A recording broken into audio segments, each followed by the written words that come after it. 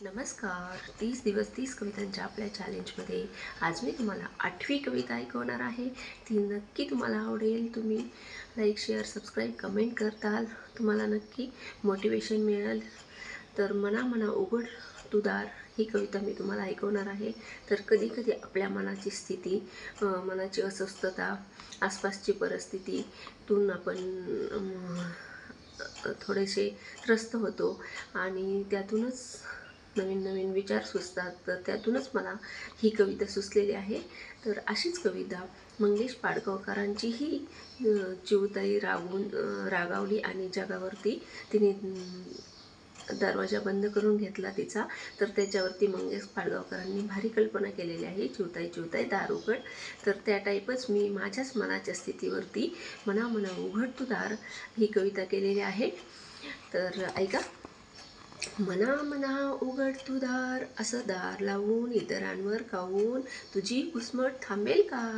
मना मना उघड तू दार, असं दार लावून इतरांवर कावून तुझी घुसमट का थांबेल का? व्यक्त तुला झालंच पाहिजे, सतत तुझ्या मनासारखं नसतं घडत, जगाची अशी रीतच असते.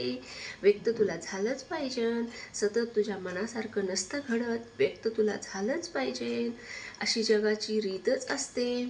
मना मना उघड तू दार. आनंदाच्या भावना असतात तशा नाराजीच्याही असतात. आनंदाच्या भावना असतात तशा नाराजीच्याही असतात.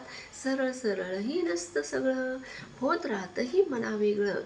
आनंदाच्या भावना असतात तशा नाराजीच्याही असतात. सरळ सरळही नसतं सगळं, होत राहतं मना वेगळं.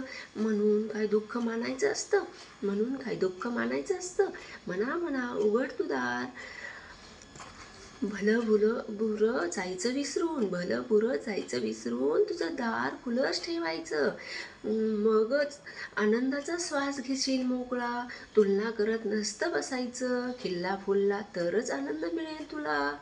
भलं बुरं जायचं विसरून तुझं दार खुलंच ठेवायचं, मगच आनंदाचा श्वास घेशील मोकळा. तुलना करत नसतं बसायचं, खिल्ला फुलला तरच मिळेल तुला आनंद.